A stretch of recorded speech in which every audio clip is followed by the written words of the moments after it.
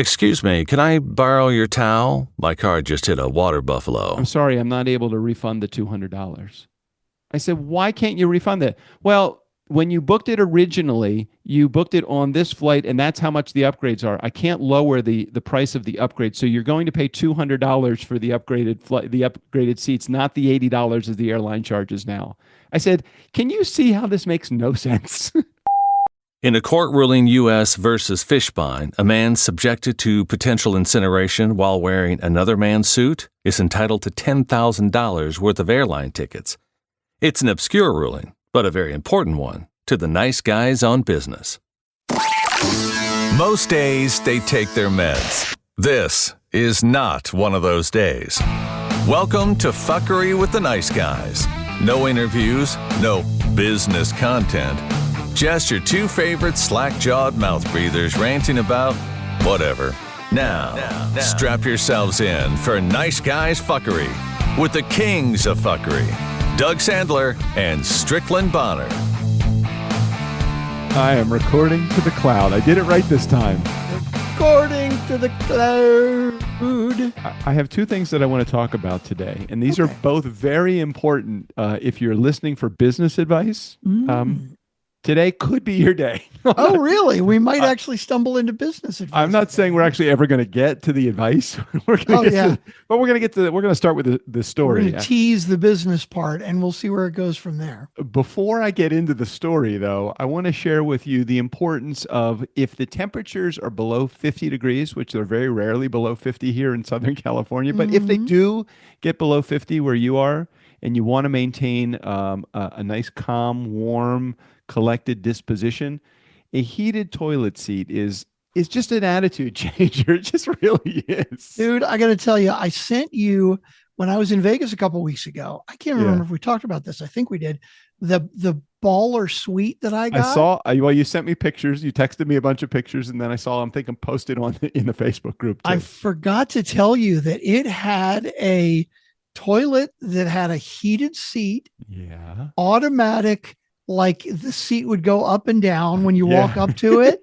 And a fucking bidet. It was kind of badass. Was it warm water bidet? Could you, because ours, when you hit the button, it will ask you what would be the temperature of your water today. You see, that's the thing. I think my daughter has one, but there's nothing that shows that it heats the water. And I'm like, that would be fucking cold. Right? Yeah, we had a cold water bidet in Europe that we went when we went there a few years ago, and it was not warm. That's a shock to the system. Right? That would be fucking cold. So anyway, it's a huge attitude adjustment. You know, whenever you're having a down day or a little bad mood, you just sit on a warm toilet seat. Even if you don't have to go, just sit on the warm toilet seat. Yeah. It's good. Yeah. Well, the one thing, there's a simple thing that I did when I moved in here. I can't remember where I first saw it, but it's a toilet seat that when you put the seat down, it does it. It's slowly. Yeah. Right? The whisper quiet. Right. Right. It eases down. Yep. And I'm like, that's the greatest fucking thing. I got so spoiled. But now if I'll use my daughter's bathroom, right? Just close it. I'll go and it goes slam. It's like fall. Yeah, fuck, I forgot. And it's the cheapest thing also to get the whisper quiet, because it's just like a plastic hinge or a plastic nut that closes it. So I don't even know that that's such a big deal. I think everybody now has those except the really, really ultra cheap ones. Mm-hmm. But the whisper quiet. The other added feature to our house, which you know about, we talked about several times when we got it, is the steam shower too. And that, like yesterday, it was just it was rainy here. It's winter. We'll get our 3 days of winter and that'll be it. But it was raining, and I just needed to get out of the cold and into the warmth. Just hit that steam button for 10 minutes and you are golden. It's so I'm good. glad you're getting some use out of it, because I know I lived in a house with my old college roommate once, and we had a hot tub and we never fucking used it, right? Well, a shower is a little different because you're stepping into the shower, pretty much every day. So no, but the steam thing. I'm saying, but the steam is in the shower though. The steam is in the shower. So if I'm getting into the shower, like, you know what? It's kind of cold out. Let me just hit that button. And even when you're just showering, if you turn the steam on, it just gives you extra warmth in the shower. Oh, that's nice. That's pretty very cool. good. Yeah, we did that. It had a steam shower in this badass suite, and we did use it. It was great. It's very really good nice. to have that. Anyway, so the topic that I wanted to talk about today. Oh, by the way, do we have voicemails? I don't know if We have one voicemail. Okay. Uno. All right, cool. One is the Okay. loneliest number that you'll ever do. Go on, Three Dog Night, you badass. Good. Not in the Rock and Roll Hall of Fame. Very disappointing. That's crazy that they are not in there. And now, I'm Because not Jeremiah was a bullfrog, right? Oh, well, yeah. Amongst the other, I mean, they had tons of hits. Celebrate, Joy to the World, One. Oh my God. How are they not in the Rock and Roll Hall of Fame? So, okay, I don't want to get into too many details about it, but the guys that run the Rock and Roll Hall of Fame, I think it's like Jan Hammer or something, Jan Wenner from Rolling Stone. Okay. They're a Rolling bunch Stone of fucking, magazine. right. They're Okay. a bunch of fucking nose in the air rock critics, right? Three Dog Night didn't write any of their own songs. They just did cover tunes. So instead of Three Dog Night, you know, okay, Bruce Springsteen and the E Street Band are in the Rock and Roll Hall of Fame, right? Okay. And Bruce Springsteen is in by himself because he did some solo stuff, right? Okay. But then the E Street Band is in by themselves. Like, what the fuck is that? Can you tell me one goddamn thing that the E Street Band did without Bruce, right? And like the Beatles too. Just a Clarence Clemens. Clarence Clemens. Yeah, but and then each of the Beatles are there too. Like I can understand Paul McCartney. Okay, makes sense. And Ringo, really? But Ringo by himself. Anyway, there are tons of people in the Rock and Roll Hall of Fame that you've never heard of because like the Velvet Underground is a bad example because they are kind of known, right? But like the Velvet Underground, I couldn't tell you one fucking song that they did. Now, it was Lou Reed, right? And they were very influential at the time, but they didn't sell any fucking records, right? There are all kinds of little fringe acts like that are songwriters and stuff that nobody knows who they are, but like, oh, the critics really love them, but Three Dog Night can't get in. Like Rush was eligible for like 10 years before they finally voted him in. I mean, come on. It's bullshit. It's ridiculous. Is Dan Fogelberg in the Rock and Roll Hall of Fame? I'm just curious. I don't know. I wouldn't know. Christopher Cross? Any of the yacht rockers? Are they? Takes me away to where I'm going. Have you seen that yacht rock documentary yet? No. It's super entertaining. You would like it. You totally should check it out. It's because I relate to all the music, yacht rock music. But it's just fun. And they talk like they do a lot of interviews with Kenny Loggins and Michael McDonald, and it's fun. It's good shit. Oh, and the guys from Toto, Steve Lukather is just a great guy. Somebody this year so far has turned up the inflow of business knob for Turnkey this year. I'm like, what the I know, fuck? I love it. I mean, I'm not unhappy that we have, but you know, little bit more, you know, like moderate influx of clients coming in. Dude, you gotta be careful what you ask for. You know, I'm afraid. It's because you know I always want to over deliver. We are always over delivering. Anyway, what did you want to talk about? I forgot the topics already. I have my customer experience that I have. So I really wanted to share with as soon as I'm going through it, I'm like, oh my God, this is going to make the greatest subject for the fuckery episode because it's like I couldn't have written a better script for poor customer service than you're. I love the bad customer service. Then you're about to hear. Yeah, I don't have a good customer service story. I don't even have a good ending to this. I don't even really know what the ending is yet. Until it plays out completely, I'm not sure where we're going. Well, and to make sure that we also give good customer service, I'm going to say, welcome back. My name is Strickland Bonner. On the other side of the microphone is Mr. Doug Sandler. Hey, how often are we reminding our hosts that not everyone knows that they are the host of the show? Please say your name at least once every time the episode is airing. Exactly. Okay, so I get an email this morning. Let me give you some of the backstory. JJ and I in April were going to Italy to celebrate her March birthday because And nothing. happy birthday, JJ, by the way. It was It yesterday. was yesterday, exactly.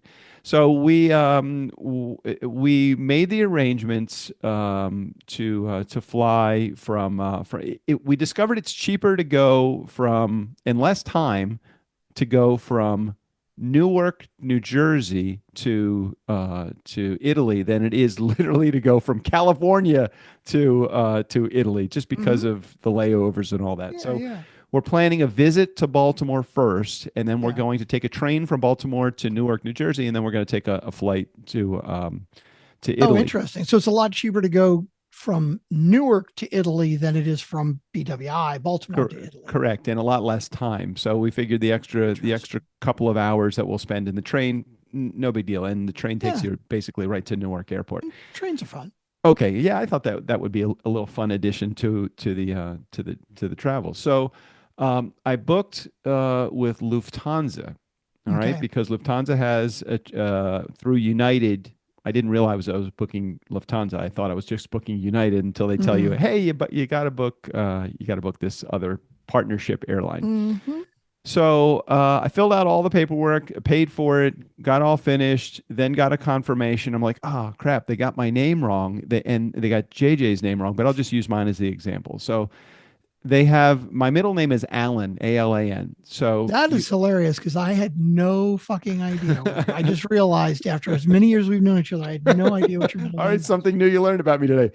Doug Allen Sandler. Except when you fill out the United Airlines form, they have you take a picture of your passport after you enter Doug Allen Sandler. Mhm. But I got the confirmation, and it says, "I'm sorry, we can't complete it because your name, which is on your passport, doesn't match what's on the reservation." I'm like, Mm. "Yes, it does. I entered my full name, and it's my full name on my passport." So I looked, and they wrote Doug Allen, Douggalan, as one word as One my word. first name. Okay. I'm like, okay, well, I'll just change that. I'll call United Airlines. So got on the phone with United, an hour wait. Oh my God. All right. So this isn't even the bad customer service, but it was an hour wait because I couldn't do it online. It said you must contact agent. And by the way, there have been numerous times where I've had to call Southwest because I do all kinds of weird changes and shit and the companion fare, right? I have never, ever waited more than 2 minutes to talk to a human being at Southwest. The benchmark for perfect customer service is Southwest. Even if they make mistakes, which they do, but they always make them up for you. They always make up for their mistakes. Oh, dude, So- I gotta. In fact, I'm glad Right. you reminded me. Credit. Shit, I Credit, gotta right? make a note. Right, I had a flight that was delayed like 3.5 hours, which is pretty unusual. You know, Yeah. Southwest, like any airlines, they have delays sometimes, but this was 3.5 hours. I was like, fuck. I get home and I got an email like, "Hey, sorry it was so delayed. Here's $100 credit for your next flight." I'm like, Nice. okay, cool. Thanks, I'll take thanks. Yeah, I've gotten that too. And again, unsolicited, you get that. it. Mhm. So I called United, waited an hour. Hey, I'm sorry, you are with our partner program through Lufthansa, so we can't handle it here, but you can handle it with Lufthansa. I Oh, said, Jesus. "I After you just waited for a waited fucking an hour. So they gave me they said, we'll connect you with Lufthansa, and they connected me with Lufthansa, and of course the phone line goes dead. So I'm like, Oh. okay. So that hour was I'll never get back again. So I found Lufthansa's 800 number. This is a couple weeks ago, and I called them, and I didn't have to wait anywhere near as long as that. I had fast exposure to an agent, which was fine. They said, we can't do anything on our side. You need to contact United. No. So I said, they told me that I need to contact you. So she's typing in, and I'm with her for like 10 minutes. Do you mind if I put you on hold for 3 to 5 minutes? I'm like, what is that? How do you know it's 3 to 5 minutes? Anyway, they probably have this measured out. I don't know. I'm like, okay. She came back and said, Mr. Sandler, I'm sorry, we can't correct it. And apparently my instructions to direct you back to United Airlines, they can't correct it either. But when you get to the counter, you can, at the airport, you can fix it there when you check in. I said, No, Oh. I'm not doing that. What happens if there's an error or an issue and they won't let me on the plane? Oh, there's not going to be an issue. We promise you we'll be able to take care of this. I said, Bullshit. okay. I said, I don't think so. I'm not gonna, that is not the correct answer. And then she said, well, there's nothing I can do. So I'm like, okay, okay. I had to surrender to the fact that I'm gonna have to wait. So then I go, and of course they don't give you your seat because you're paying for the flight, but you're not paying for the upgrades yet. Mm-hmm. So Lufthansa sent me a dear De Gallon. The gallon. Dear De Gallon. It's time for you to pick your seats. So I go in and they say, okay, great. Give us your confirmation number. I put the confirmation number in. I go through the entire process and I enter in all the information as it is on my passport. And they said, well, we can't confirm the seat because you have the wrong name. I'm like, wait a minute, I can't. So I called Lufthansa back. I got through to them quickly, and they said, okay, we will handle the seat thing for you. You can just tell us what you want. So I went through and I picked the seat with the agent, and I got the confirmation that we picked our seats. It was about $200 because I wanted to do the upgrades for extra legroom. No problem. I was okay, even though it was like shit. Upgrade, fine. Right. It's okay. Oh, you want to use the bathroom? No, that'll be an extra $50. Yeah. Oh, wait, oxygen? You need oxygen? Okay, no problem. So I handled all of that, and it took me about 30 minutes with the agent. And I keep thinking, this is the dumbest thing. It's taken the most amount of time. It doesn't make sense. Anyway, I let that all go, and I was frustrated to the nth degree a couple of weeks ago when I handled all of that. Now, this morning, I get an email from Lufthansa in German. And I'm like, what the fuck does any of this mean? So I look at the email and I can basically make out that they had to change my seat assignment. Okay. I'm like, okay, well, that's fine. It looked like it was these seats. It's now these seats. And I looked up the map, which is a whole different story on its own, the seating chart. I looked up the map and I discovered that they moved us to two regular seats, not any of the upgraded seats, and they put JJ in a different row than me. Oh my God. Are you fucking So kidding? we're not even sitting next to each other. So I call them back. And of course, I had to go through the whole verification process in the De Gallon and make the explanation to that again. They said, okay, well, we're sorry. We had to change aircrafts. We're on a different aircraft. We're on an A350-900. I'm like, okay, that's fine. But can I get two seats together? And can I make sure that I get the upgrades that I've already paid for? So she looked it up and she says, oh, I see that you paid $200. You paid $150 for yours, which was an aisle, and you paid $50 more for hers, which was a middle seat with extra legroom. And I'm like, no problem. We will take care of that. I said, okay, cool. So we go through the entire process of changing the seats. But I'm looking at my seating chart and she reads me the new, and I'm like, hold on a second. You put me in another economy row. You put me in another row that doesn't have the extra legroom. No, we didn't. We put you in row 19 or whatever it was. And I said, are you looking at the same seating chart that I am? It's an A350-900, correct? And she goes, yeah. And I said, let me look at your website. And she goes, oh, well, we don't use our website. We use Seat Guru because it's got a better map. I said, oh my God. We don't even use our own shit. We use Seat Guru. We use Seat Guru. Wow. So now I'm going on. Now I go to Seat Guru. There are 4 seating charts for the A350-900 plane. Oh my God. And I said, which one are you looking at? And she tells me the one. I said, that's not the right one. I'm now telling her what she's supposed to be looking at. So she's like, oh, you're right.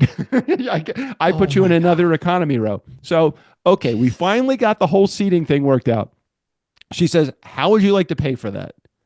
And I said, well, I've already paid $200 for my upgrade. Oh my God. And so she said, well, what I can do is, and then she starts to say, the 2 seat upgrades that you have on this new plane, they're $40 a piece. And I said, okay, great. That's $80. I will pay the $80. You just refund the $200. I'm sorry, I'm not able to refund the $200. I said, why can't you refund it? Well, when you booked it originally, you booked it on this flight, and that's how much the upgrades are. I can't lower the price of the upgrade. So you're going to pay $200 for the upgraded seats, not the $80 as the airline charges now. I said, can you see how this makes no sense? So the we went through the actual fuck? we went through the entire process, and she said, I can't do that. I can't. I said, you know what? Here's my credit card. Oops, I just lost Strickland.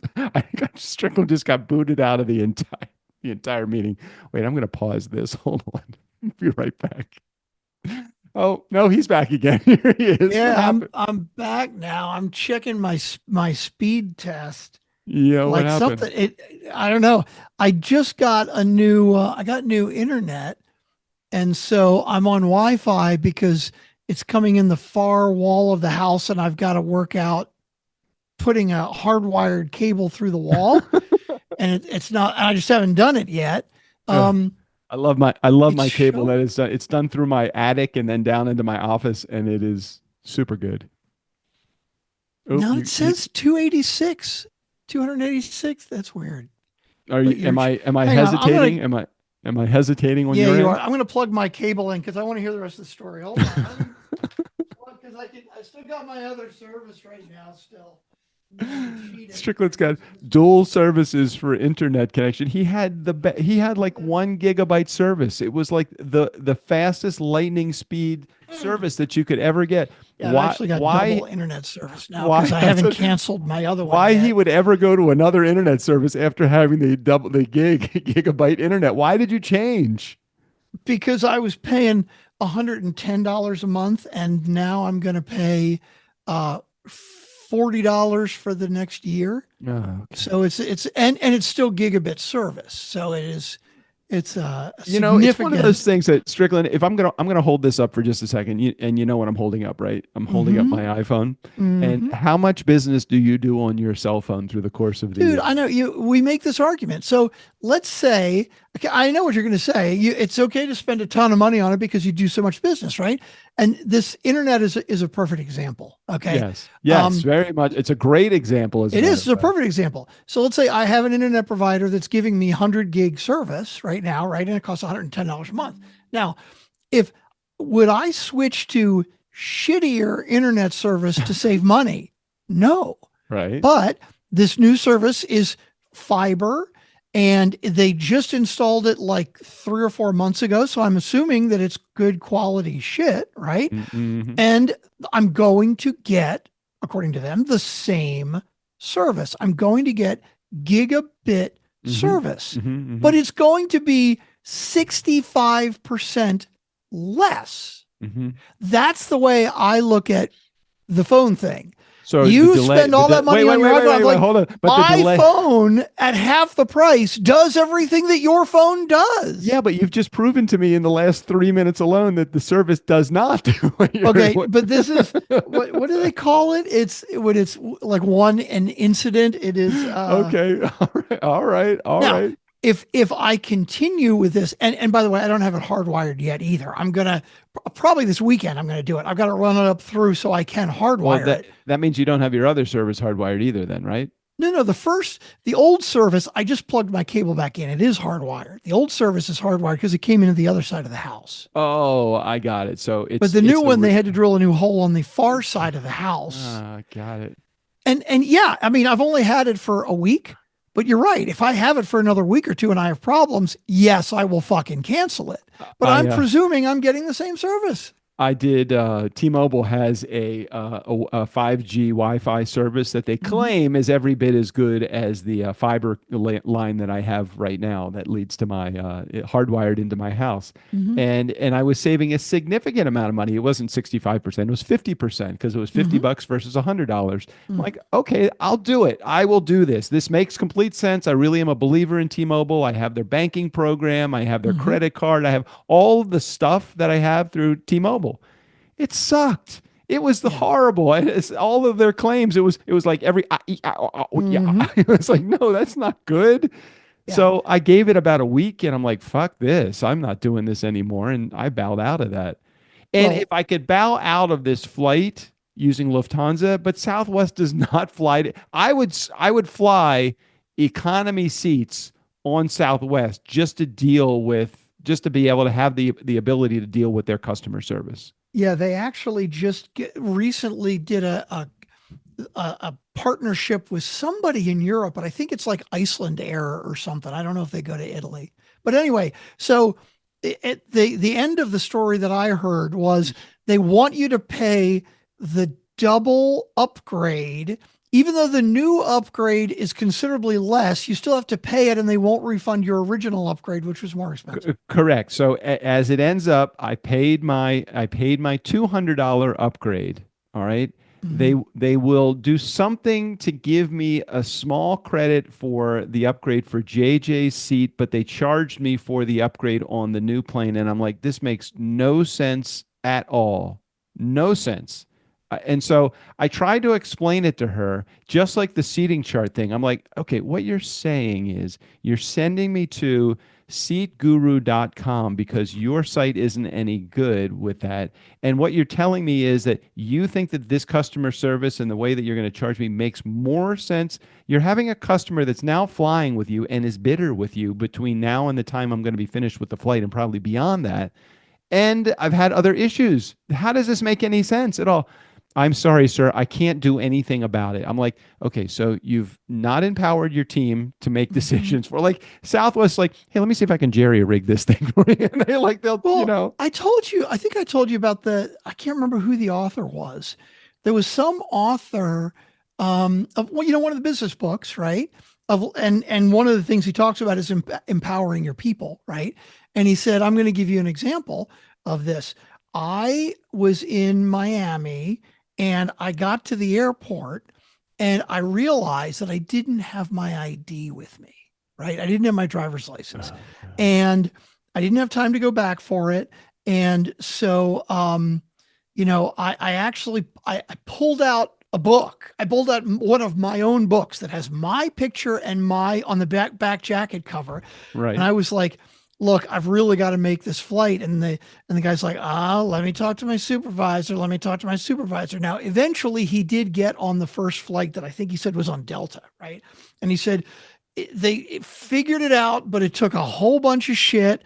And like somehow they made it happen. They had to talk to 4 different people. But he said on the return flight, because his ID was at home. So he knew he was on Right. Southwest, right? Right. And he says, hey man, look, I don't have my ID. I know there's going to be a problem, but look, here's my book. This is me. And the guy at Southwest, and this was, I think he even said it was the Sky Cap. It wasn't even somebody at the front counter. It was like, dude, check it out. This is a guy. He wrote a book about Don Shula. Come on, come over here. Let's figure this out, right? And he basically fucking figured it out and got him right on the plane.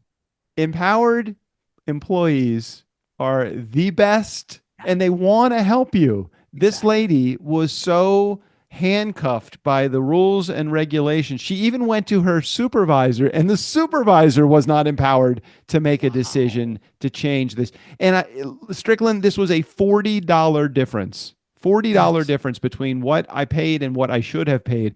And I said, can you understand the lunacy here? You sent me an email changing the flight plans, and I was okay with that. You changed my seating and I wasn't okay with that. All I'm asking you to do is to put me and my partner, my traveling partner, together in the same row. And I said, if I called you, if I booked this flight and I asked for the upgrades that you are now booking me in those seats, you would be charging me $80 as opposed to $120, which I end up paying after all the credits and everything. How does that make sense? And she goes, sir, I'm sorry, there's nothing I can do. I'm like, I booked early because I wanted to make sure I could get seats and the right flight. And you're actually not downgrading me. You're penalizing me because I booked early. Because I booked early. Yeah. I'm like, fuck. Wow. Okay. All right. So that was my, and I'm sure that the end of this has not happened yet because. But the whole ID thing, I don't know. I have no workaround with that. They've booked me in the seats, which is really all I care about. I'm going to work it out. I'm going to take I'm taking my passport to the airport. And of course I have my confirmation. And of course I have my traveling partner. And the same thing was done with JJ's, passport and her seating as well. It's But all you booked because it of this. through United, right? Booked it through United and Unite. Well, it's booked through Expedia. Expedia handles United, and United has the partnership with Lufthansa. Oh, but you did it through Expedia? Well, it was a significant, inexpensive. It was a lot less Really? expensive to book through Expedia than it was to book directly with Lufthansa or United in that particular case. That's interesting. I mean, I've never booked flights through Expedia, but I didn't realize that their flights could be a lot cheaper too. Well, it also makes it a lot easier to do the comparison. So for me, when I did the comparison, it was like the difference between I can't even remember what the flight cost. And flights overseas are ridiculous. I know, I think the flight altogether, and this is just one way for the two of us, I think it was like $1,800. Jesus, that's crazy. I know. It's crazy. And what a fucking nightmare. It makes you want to not use them and not travel overseas. No shit. God, that's messed up. Yeah, that was bad. Mm. Anyhow, why don't we do the one voicemail that we have? And didn't you have two topics you wanted to talk about? I discussed the first one, the attitude adjustment in the using a warmed toilet seat. Got it. Okay. Let's see. Here we go. We got this and we got this, and let me Carry check the all one. 27 Lower my settings desk. here. I got to be headphones there. And we've got to switch this to headphones, and I've got to share my screen, and I've got to click the And as you're doing all box. that, by the way, you can see me. I'm waving my cane at you and telling you. Did you hear about there's a Democratic representative who was the mayor somewhere for like a number of years, and then he got elected as a congressman. Yeah. And he right after Trump's speech, he died. Like he was 70, right? He didn't die because of Trump, but he Right. literally was a congressman for like a couple of weeks, and then he fucking died. Wait, did he die during the meeting? No, it was after. Oh, I thought maybe in the house. I thought maybe as the meeting was going on. No, I don't know. Anyway, here we go. Voicemail time. Let's check it out. We got a voicemail from Jared. I said a voicemail from Jared. You know a voicemail from Jared. Nobody else will call. We got a voicemail from Jared. Screw the rest of y'all. I'm still having an issue with screw the rest of y'all. I'm still having that issue. Right, now that Eric, it's like when somebody points something out to you, you can't help but not see I it. only hear it now. That's all I hear. Because I just- Erica was kind enough to point out to us, and it's right. She's right, and she gave us alternate lyrics and everything, and just haven't done shit. Oh, God, that's just another testament to the laziness that we represent here. I know. All right, let's see what our voicemail is. Hey, Doug, it's Rick. Jared here. So, I've been missing. You guys have missed me 2 weeks in a row, no voicemails, and I bet you're shocked. Yeah. I mean, heck, Yeah, even one of the very. weeks, nobody called in, which was weird. Mhm. But, anyways, yeah, I'm calling now just to answer a question from a few episodes ago. 1, 2, 3, fuck, I don't even remember. But you, Doug, had asked what my record for call-ins was. And my record right now is 6 in one episode. Wow. So I left you guys 6 messages for your episode, and that's my record. I think somebody else had gotten close to that with 4 or 5. Really? Now forgive me if you're that person. I totally forget. Anyways, I got behind on my listening, which is really unusual. Found myself in the middle of a series of books, which was like 75 hours, which I listen while I'm working and driving and everything else. So usually I never have a problem getting you guys, but I was so pulled into those that I actually missed 2 weeks of your episodes. I was like, holy shit, I can't believe I did that. So I had to make sure I listened to every one today. So, which is Friday, the day of your release for today. So I'm all caught up. I apologize. I know you guys are heartbroken that I missed an episode, but technically I didn't miss it. I just was a little late getting to it. All right, fellas, as always, I appreciate you guys and love the show, and thank you for what you do. You are very much appreciated, and just want to make sure you guys know that. All right, fellas. See ya. Okay. Well, That that's was very a nice. that was a lot of love there. Just, there was Lot of love. that was good. If you're only going to get one voicemail in a week, you want that one. That's the one. That's a good one. That's the Yeah. one you want. Hey, can I bitch for just a quick second? Just Sure. Why not? I love our clients, right? Mhm. I do, and no names will be mentioned here. I'm not throwing anybody under the bus. Mhm. Okay, we have a client, and this particular client didn't do something that they were supposed to do, which was approve something so that the episode would be published. And we've Mhm. instructed our team, do not wait for our clients. Sometimes there are more important priorities pressing in their lives come up.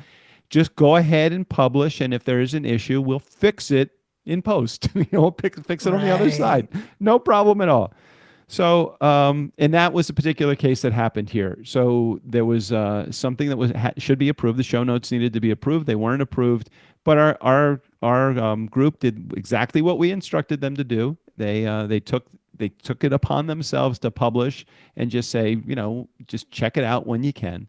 Because So- they are empowered to do Right. that. So the client sent me an email today, and the email basically said, "Hey, just checking in. Sorry, I was delayed in checking the show notes. Did the episode air?" I'm like, I guess I could let me Google that for you. Why don't you just fucking go and see if the episode aired? Why are you asking me if it aired? All you need to do literally is go to Apple Podcasts, Spotify, or you know what? Anywhere you get your podcasts and see if the episode aired. It But would have taken instead, less time and effort to do that than it did to send you that email. and more efficiency in the process too. You're not involving another person. You're literally just doing this yourself. But no, I'd rather go ahead and send you a message asking you to check for me. Mm-hmm. You So should have replied back with, "Hey, I'm not really sure. Let me check on that. I'll get back to you." No, because I'm too nice. So of course, well, it's published. All good. It's good. Here's the Mhm. link. It published. I wanted to say, why don't you check? Mm-hmm.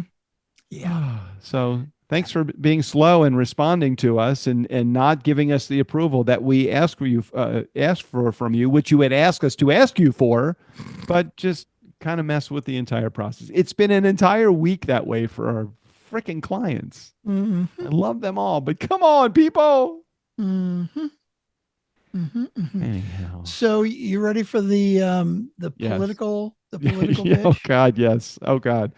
So- Just so you know, I am afraid to open up any of my financial apps except for my Wells Fargo account because I know that there is no connection with the economy and my FDI insured account. So unless there's a run on Wells Fargo, I'm feeling pretty comfortable.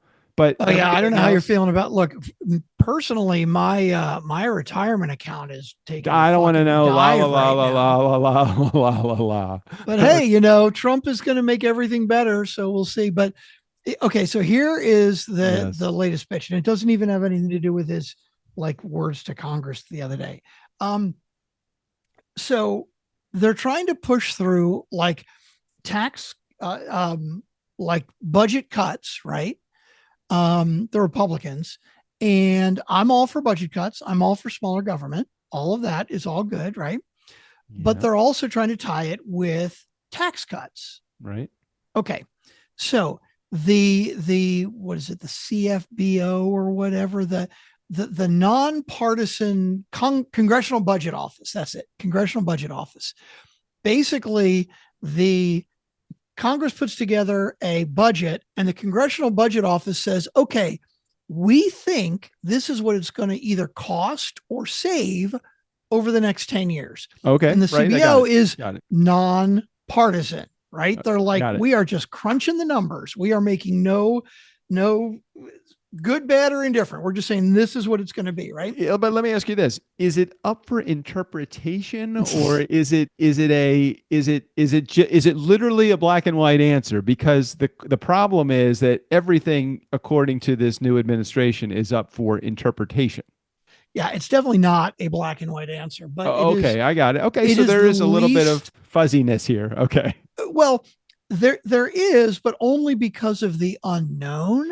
Well, it's kind of And- like a life insurance illustration. When you say, okay, well, how much is my account? If I put in $500 a month for the next 40 years into my life insurance, how much will it be worth at the end of the 40 years? And they give you an illustration based upon dividends, and dividends are tied to the market. And if the market does this, this is what it will look like. And if the market doesn't do this, this is what it will look like. So they give you a best case and a worst case scenario.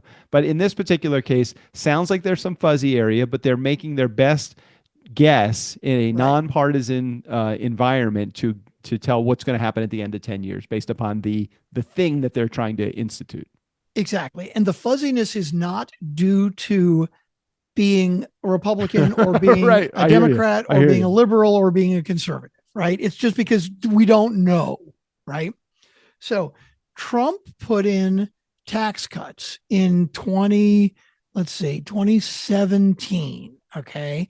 This is the And- guy though that overestimated $300 million for a high rise in New York City based Right. upon based on an appraisal, and underestimated the same high rise by $300 million for tax purposes. Right. Of course. Exactly. Okay, I got it. I just So want to make he- sure we got the same guy. He puts in a 2017 tax cut that was heavily favored to the rich, right? But of course, this was like, he's like, oh no, yeah, it's like trickle down, right? Because we're going to agree. cut taxes on corporations, we're going to cut taxes on wealthy people, and that money is going to trickle down. And the Congressional Budget Office said over like between 2017 and this year, they're set to expire at the end of this year, right? And the end of this year, they were saying that those cuts would cost I In don't 2017 or now? this is well, they're saying that over the course of the last 9 years or whatever, Got it. between Yeah. 2017 and now, it was going to Yeah. cost X amount of dollars, couple trillions of dollars, right? Okay. Well, the Republicans said, no, you're wrong because it's going to help the budget. So we're going to do it anyway. I mean, they pushed it through. Well, sure enough, it did cost that much and more. Okay. Mhm. But that's not the interesting part that the Oh, that's not the Republicans are interesting trying part. to I play was- with the numbers now. Okay. Right. So what they're trying to do with the budget right now, there's apparently some law that says you're not allowed to pass a budget that will knowingly raise the deficit Right. X dollars, right? Right. So they've made a decision to find cuts to the budget of $1.9 trillion, Mhm. which is great. Mhm. So in other words, if we don't do anything else, if we just do these budget cuts they want to do, it will reduce our Yep. deficit by almost $2 trillion over the next 10 years. Sounds amazing, right? Yeah. But they want to tie that with extending this 2017 tax credit, Mhm. which the CBO says will cost $4.5 trillion. Which is a net difference of minus $2.7 trillion. Exactly. Okay. Exactly. And Republicans they're arguing the same thing again. They're like, no, but this is going to help boost the economy. Like and it's going to help raise wages because, hey, if we charge corporations less in taxes, Mhm. they will raise wages. Yeah, right. Like that fucking happened over the last 9 years, right? Anyway, Mhm. but now here's how they're trying to get around it. Okay. What they want to do is they want to say that anything that is existing already in the budget Mhm. should not be counted Of course not, against the future. because that was Biden's budget. No. But the argument they're making is, well, this tax cut that exists right now, that's supposed to expire this year, right? Right. Since it's in the budget already, it exists already. So we shouldn't count it towards deficits moving forward because we're not really adding a new tax cut. This is an existing tax cut. So that way, that means if we don't count this against it, this budget, including the tax cuts, actually will save us $2 trillion. So let me explain the logic of that. Let me Basically, explain these smoke and mirrors behind this. Let me explain, 100%. explain the smoke and mirrors. I have hypothetically a credit card bill. Okay. And on my credit card bill, let's say it was $10,000 for the whole year. I never made I made the minimum payment or whatever. Got it. Right? So you still owe 10 grand. I still owe 10 grand plus the interest. Plus right? the interest, right? Plus the interest. Now, what they're basically saying is that would be like me saying, oh, the 10 grand? No, that was there already. You're not allowed to continue to charge me interest on it because it was there already. Oh my God. So you can't charge me more interest on it. And the Democrats are basically also saying, oh, so what you're saying then is this program, this budget program, this food stamp or whatever, right? That we said in the budget for 1 year. Well, if we put it in this year, then it means that we never have to count it against the budget ever again, forever, because it was already in, right? So technically it doesn't cost us anything for the next 10 years. It's such crazy bullshit. And what's insane to me is they're doing it to get the rich more fucking money. I just can't believe that the middle class, the blue collar people aren't like, what the actual fuck? Like, we elected you because you were going to raise our wages and lower the price of gas and eggs. And now what do you want to do? You want to give fucking tax breaks to the rich? What the actual fuck? I'm curious. I'm also curious how many federal workers are Republicans and voted for Trump, and then since they get in, they got fired. Oh, that's the funny one to me right there, right? I don't around and find understand out. how you can It's- alienate a group of somewhere in here. I was trying to think of like the analogy and like how you can see the positive side in anything that's going on with the administration right now. And I just kept thinking of the story that my dad used to tell all the time, like the guy that walks by a room and one of the sides of the room is like glass, and he's looking in the glass and he sees this big pile of steaming shit in the room. And he sees this other guy like diving in, like he's diving into all this. It's like, horse shit. And the guy's like diving in. He's like enthusiastic. He's got a huge smile on his face. And the guy, he's like standing outside the room. And when the guy comes out of the room, he's stinking and he's like got shit all over him. He goes, why are you so happy about all this shit that you're diving into? He's like, there's got to be a pony in here somewhere. It's like, there has got to be some level of good that is happening. And I'm so blinded by the stupidity of all of the things that are going on. All I keep thinking, because of my eternal positive attitude about everything, is there has got to be some good that comes out of this. All I kept thinking was, as this was happening in 2016 to 2020, all I kept thinking was, this is the dumbest thing ever. But at the end of it, I realized, our business did really well. Things seemed to work out really well. And now we just don't have to deal with him and his stupidity anymore. And I've got to think, is there something that's going to happen that's positive here? I just can't imagine that all of these people believe him and they just blindly believe him, unless there was some good that was coming out of this. But I can't find it. I can't figure it out what it is. What's so interesting to me, and it's very hard for me or probably anybody to not play Monday morning quarterback with this, but Hitler got into power, right? You. And obviously we all know, I don't know anyone that doesn't see him through the lens of all of the fucking crazy, horrible shit that he did. Yeah. But in 1934, 1935, I'm watching there were a a lot of people in Germany that were behind him. I'm watching a documentary on him right now, and they're like talking about how great a speaker he was, and how there was just a series of unfortunate coincidences that led into power, and he just happened to be at the right place at the right time with Yep. the right level of enthusiasm and energy to get an entire group of people to believe in him enough to be unhappy about what was going on in their economy and their world to believe in him. And somewhere along the way, all of these other people followed him.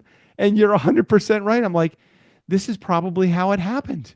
Dude, it is right where we fucking are right now, which is why I'm just terrified about this shit. Cause I mean, Trump is a failed fucking reality show host. You know? I mean, really, that's what he is. He bankrupted casinos. How do you fucking bankrupt a casino? I mean, it's the odds are stacked in your unbelievable. favor to win as a casino. I don't know. It's just, I don't know. and it's funny because you said, how do you go against your base like that, right? Like, how do you Right, tell all right. these people and then fire all these federal employees and then you don't help farmers and shit? Look, the reason he does it is because he doesn't have to worry about elections again.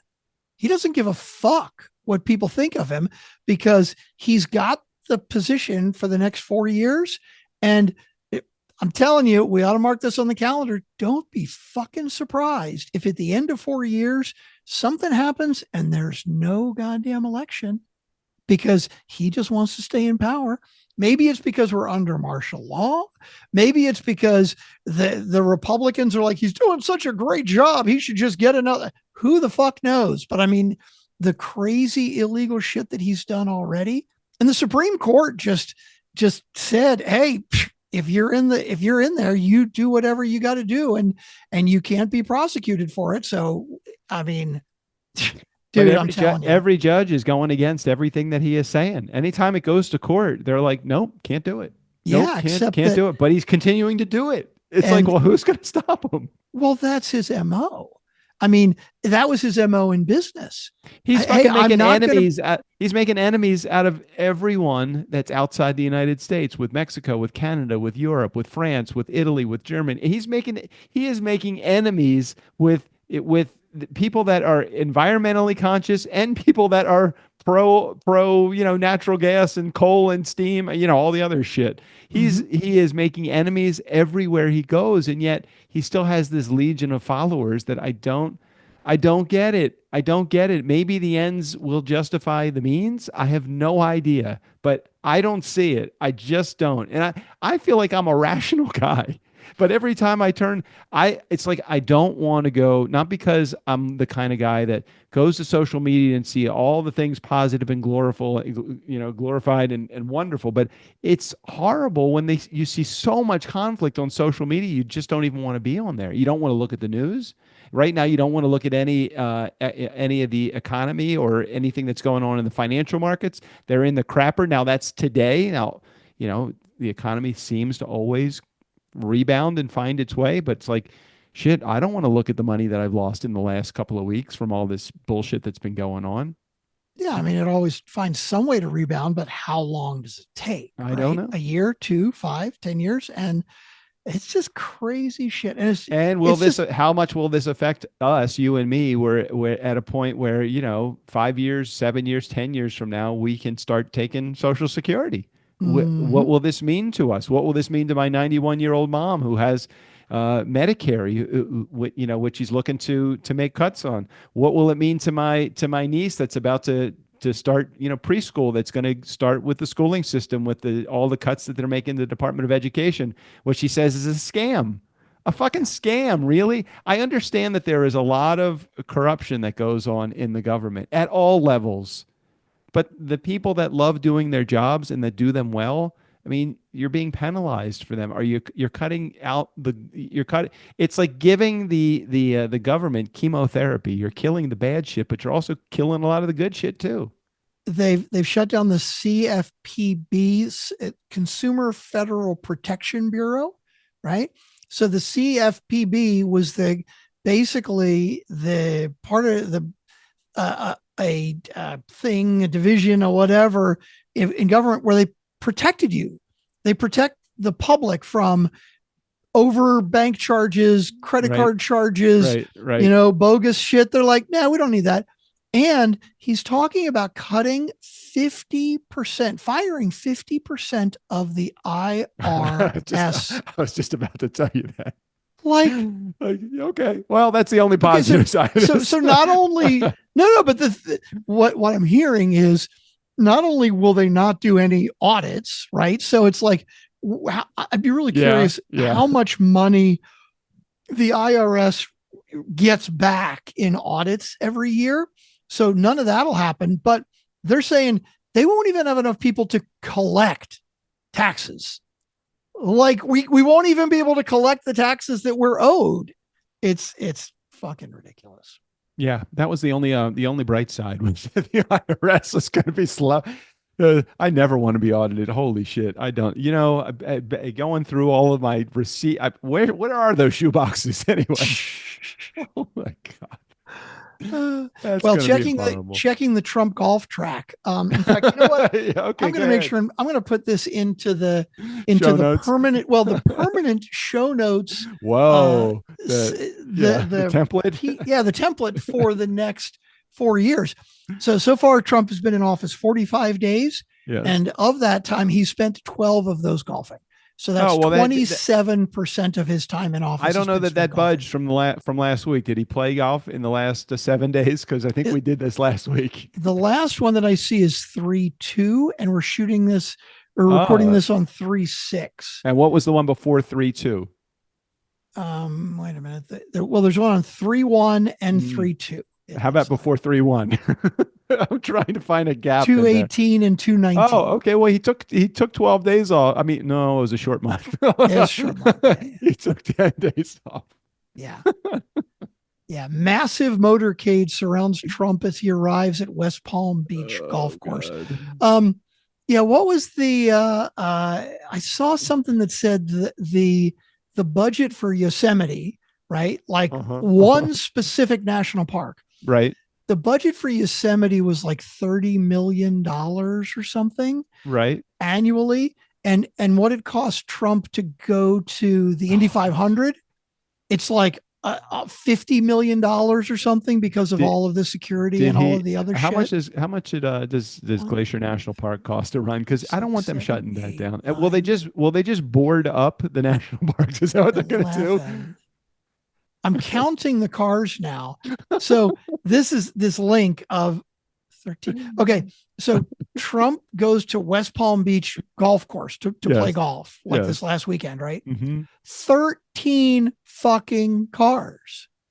13 goddamn cars he needs. I mean, how much does it cost every time he goes to play golf? Are they all Yugos? What are they? Is he driving Chevette? What is he in? Oh, what's the motorcade? Oh no, it's all the fucking Cadillac SUVs. You know, they're all electric now, aren't they? Yeah, right. Are they being stoked by coal? Is that what's going on? Oh God, so why did he help me with this? Because I couldn't really follow this. I was trying to follow. I even subscribed to the New York Times so I could see if I could get the latest, all the features. And it's so interesting as I'm listening to the Daily over the last couple of days. The most recent one they did the whole like fact checking with the speech that he gave to Congress just 2 days ago or whatever it was, and the guys that are Michael Barbaro. He only says his name every time he starts, as he should, as a good podcaster. He does a great job with it. I can't fucking remember it. This is the Daily. I'm Michael Barbaro. Okay, so Mr. Babar. Oh, Mr. Babar. No, it's pronounced Babar. So Michael, the host, so he's talking. He brings his panel. They do Trump 2.0 on Fridays. I think they've been recently doing those. So today, or sorry, last week they had an episode. Oh shit! No, when was this? I can't remember. It was after the speech because the guys that are on there doing the reporting, you could hear as they are trying to give their editorial about it. It's almost laughable, the amount of untruths that he says with every speech that he gives. He is the king of hyperbole.